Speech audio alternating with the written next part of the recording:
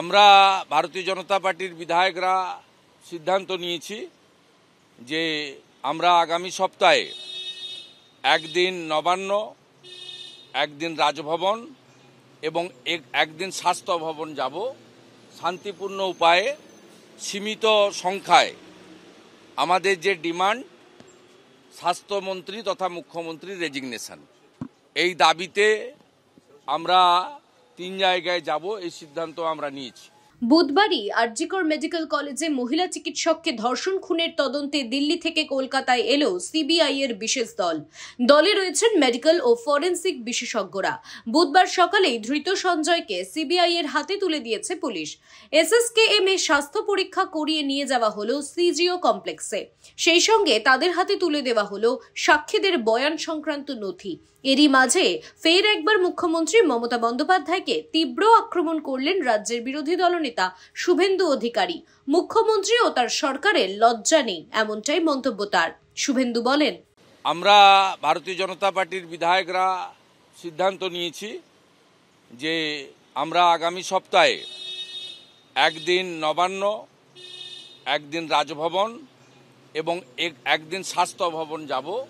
শান্তিপূর্ণ উপায়ে সীমিত সংখ্যায় আমাদের যে ডিমান্ড, স্বাস্থ্যমন্ত্রী তথা মুখ্যমন্ত্রীর রেজিগনেশন, এই দাবিতে আমরা 3 জায়গায় যাব, এই সিদ্ধান্ত আমরা নিয়েছি।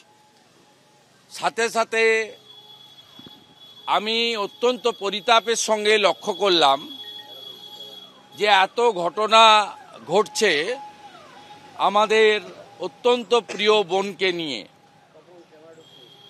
এবং কেউ অভয়া নাম দিয়েছেন, কেউ তিলোত্তমা নাম দিয়েছেন।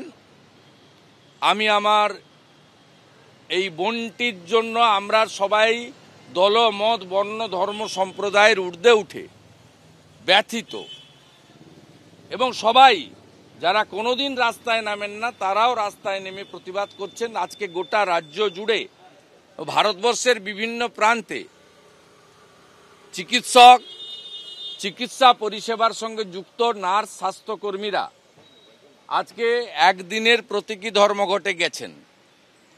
আমি অত্যন্ত আনন্দ এবং কৃতজ্ঞ যে কলকাতার বেসরকারি প্রাইভেট হসপিটালের ডাক্তারবাবুরাও আজকে আউটডোর করছেন না।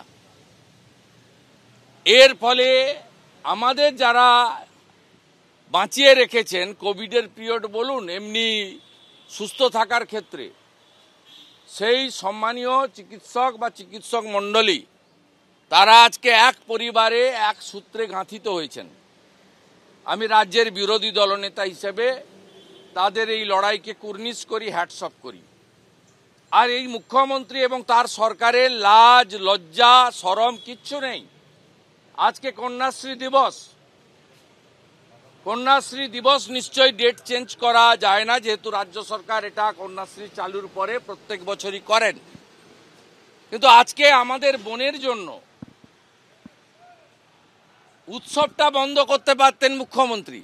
তিনি বন্ধ না করে ধনধান্য স্টেডিয়ামে তিনি 3000 জনের একটা উৎসব করছেন, যে উৎসবে লজ্জা শরম ছেড়ে মন্ত্রী শশী পাঁজা,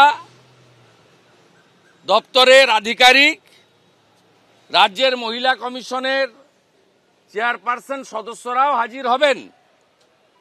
সকালবেলায় মেসেজ করা হয়েছে 3000 প্যাকেট চিকেন বিরিয়ানি খাওয়ানো হবে আজকে উৎসবে, রাজ্য সরকারের অর্থে।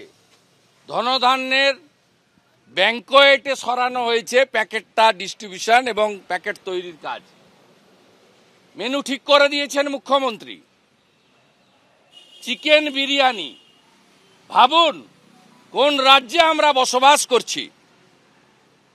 এ লজ্জা রাখার জায়গা নেই। একদিকে গোটা বাংলা বাঙালি কাঁদছে, ভারতবর্ষ সামিল হয়েছে। মহিলারা আতঙ্কিত, যারা একটা সময় মমতা ব্যানার্জির জন্য গলা ফাটিয়েছিলেন। আমি বেশ কয়েকজন বিশিষ্ট মহিলার পোস্ট দেখছিলাম।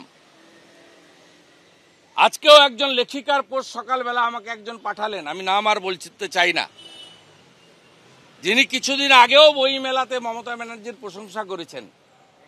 তিনিও বলছেন আর নয়, সহ্য করা যাচ্ছে না, পথে নামবো, রাতে থাকবো।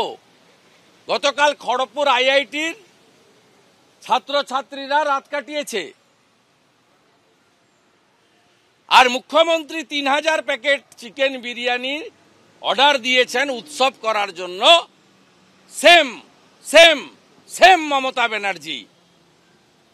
দাবি এক, we want resignation from the chair of the Chief Minister as well as the Health and Police Minister, Government of West Bengal. আপনারা দেখছেন ইউএন লাইভ, বাংলা খবরের শেষ কথা।